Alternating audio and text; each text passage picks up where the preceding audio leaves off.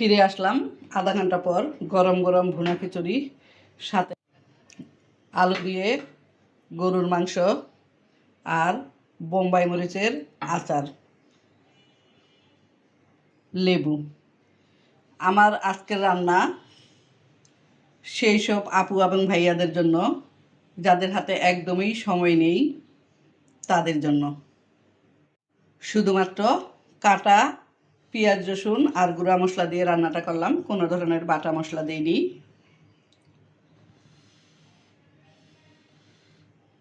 বিসমিল্লাহির রহমানির রহিম। আসসালামু আলাইকুম। আজকে আমি গরুর মাংস রান্না করব আলু দিয়ে, কিন্তু কোনো রকমের বাটা মশলা দিব না, শুধু কাটা মশলা দিয়ে আর গুঁড়া মশলা দিয়ে রান্নাটা করব।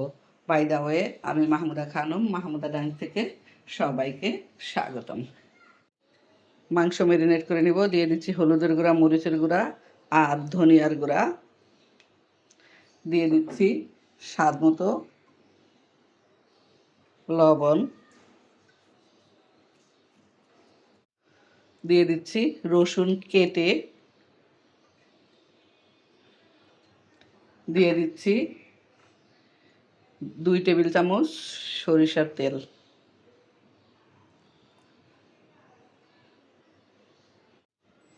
যাদের হাতে একদমই সময় নেই, তাদের জন্য আজকের রান্না। কাটা মশলা দিয়ে রান্নার সময় বেশি লাগে না।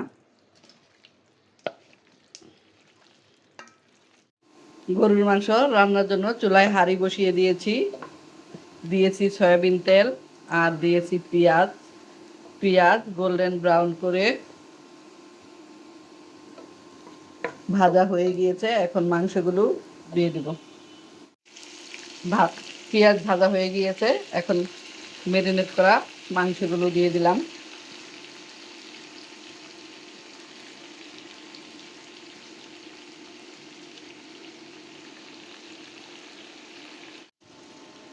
মাংস ঢাকনা দিয়ে ঢেকে হাই হিটে ভালোভাবে কষিয়ে নিলাম। প্রায় আধা ঘন্টা মাংস কষিয়ে নিয়েছি।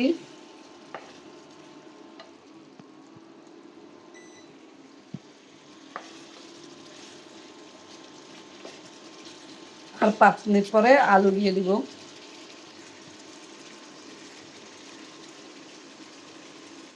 অফ ক্যামেরাতে আলু দিয়েছি। এখন একটু নেড়ে চেড়ে আবারও 10 মিনিটের জন্য ঢাকনা দিয়ে ঢেকে দেব।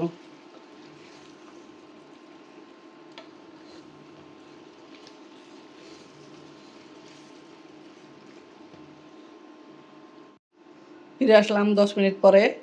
নেড়ে চেড়ে এর সাথে অ্যাড করছি এডিশনাল গরম পানি।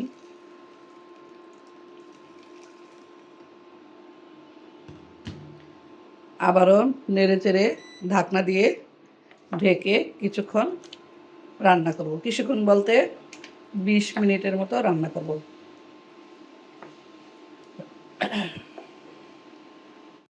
দিয়ে দিচ্ছি গরম মশলা। গরম মশলা দেওয়ার পরে ঢাকনা দিয়ে ঢেকে দিব।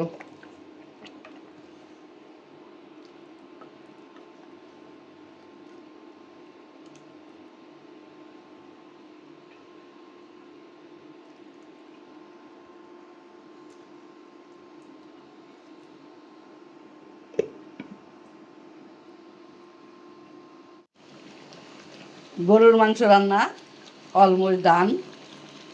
পরিবেশন করব ভুনা খিচুড়ির সাথে।